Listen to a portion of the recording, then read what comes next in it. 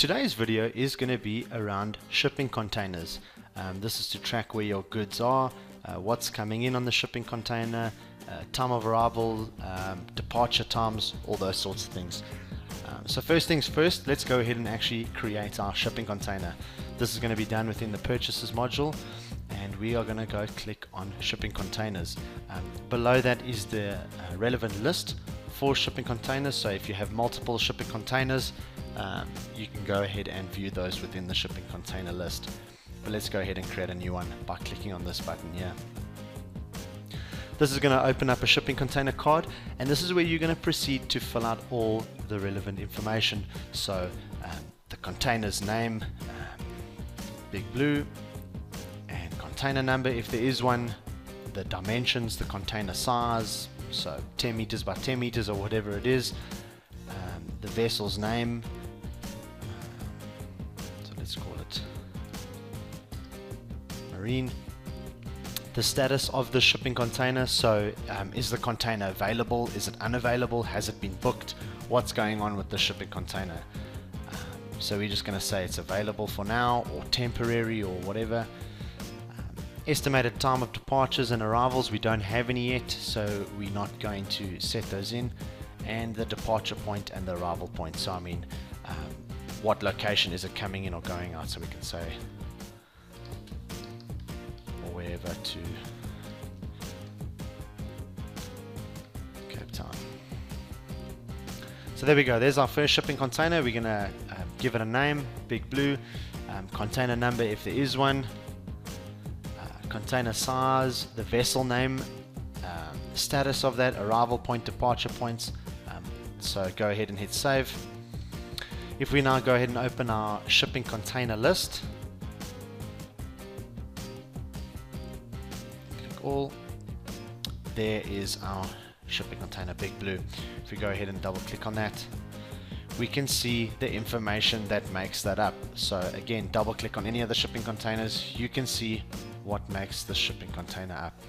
So this one we've got Big Boy, there's the ship number, there's the dimensions,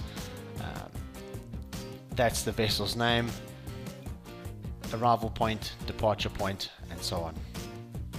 Jump back out of there. What we now can do is go and create a sales order to get some products on the shipping container.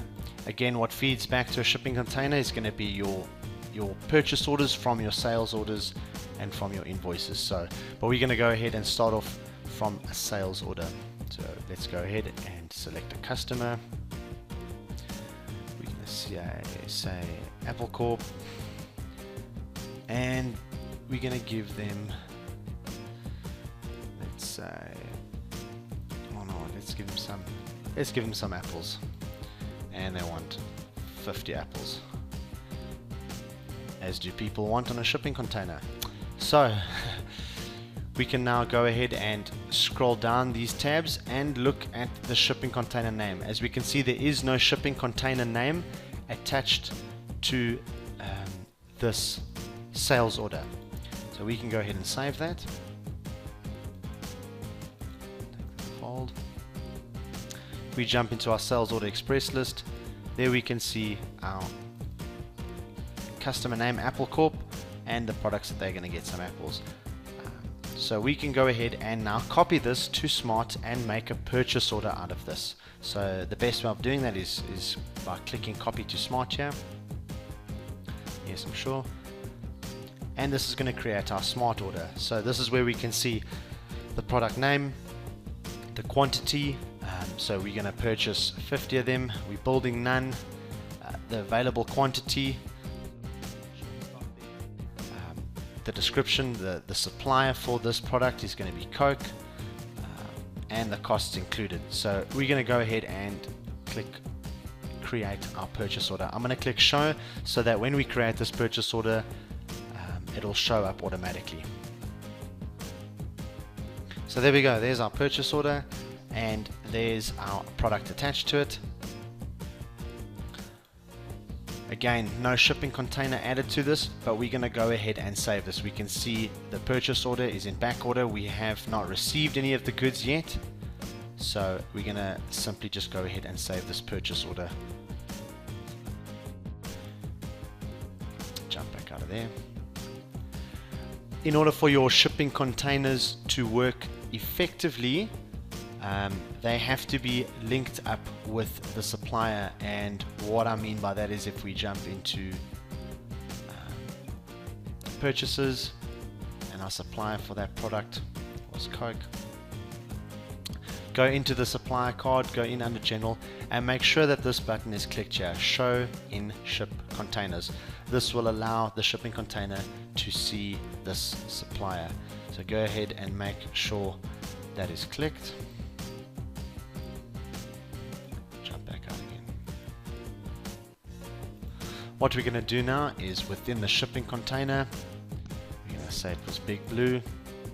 We are going to add container to this, and we are going to select our supplier, which was Coke, and we're going to see there are the apples that we created that purchase order with.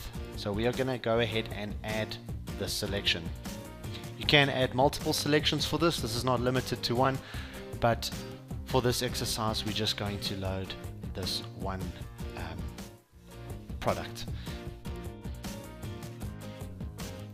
Once that is loaded, we can see now the total amount, the product description, product name.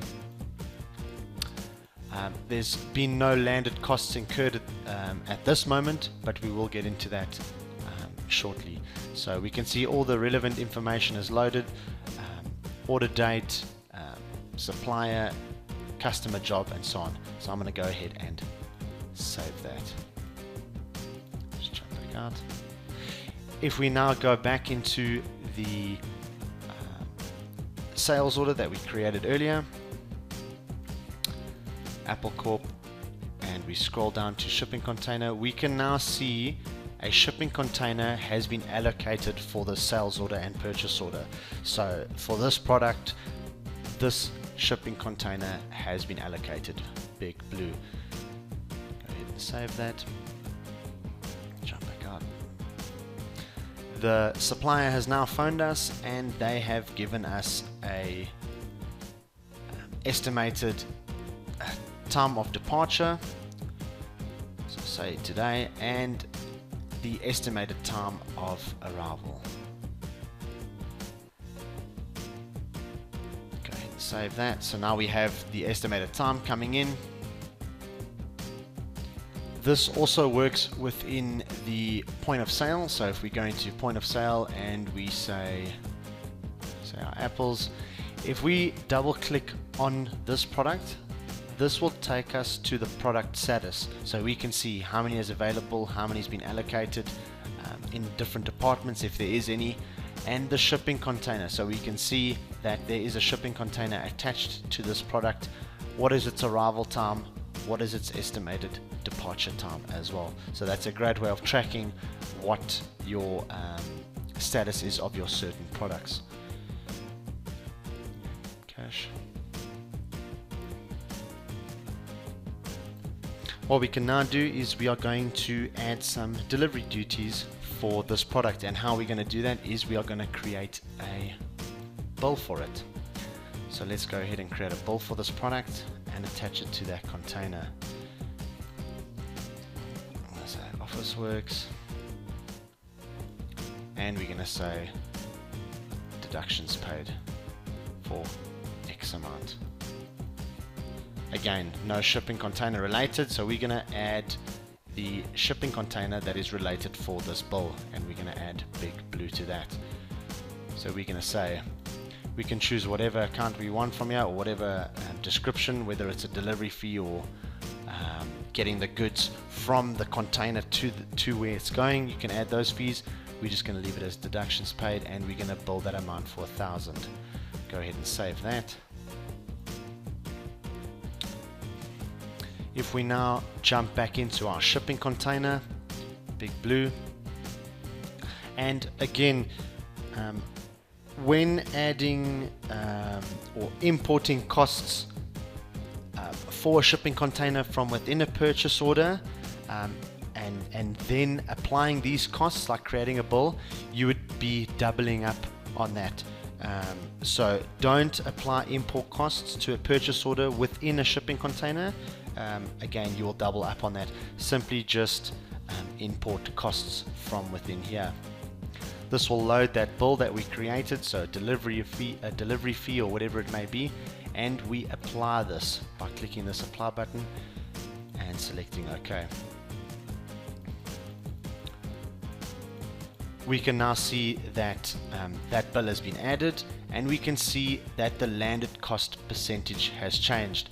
Now, the more items you have within the shipping container for certain amounts, that landed cost percentage will change automatically to those different products and those different amounts. You can go ahead and alter that from within here. Simply double click if you choose, or it will load it automatically if you have multiple products going within the shipping container. Let's go ahead and save that.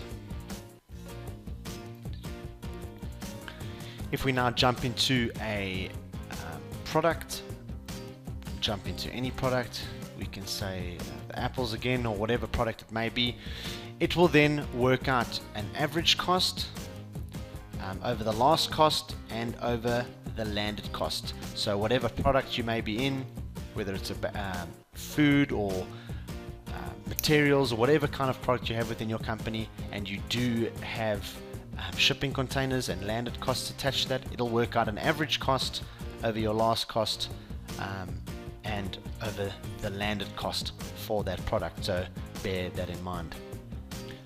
Once that's been done, we can just jump back into our shipping container, and we can change the status to this. We can say it's been booked, or it's on its way, and these goods are going to be delivered shortly. So once that is done, we can simply click inactive. As simple as that. You can see what's inactive, what's active, what doesn't have an ETA date, or simply by clicking all, so we can see what's going on where. So there you are. That's shipping containers, how to track your goods, how to set shipping containers up, and how the process flow works from a sales order to a purchase order onto your shipping containers and delivered well. Thanks for watching.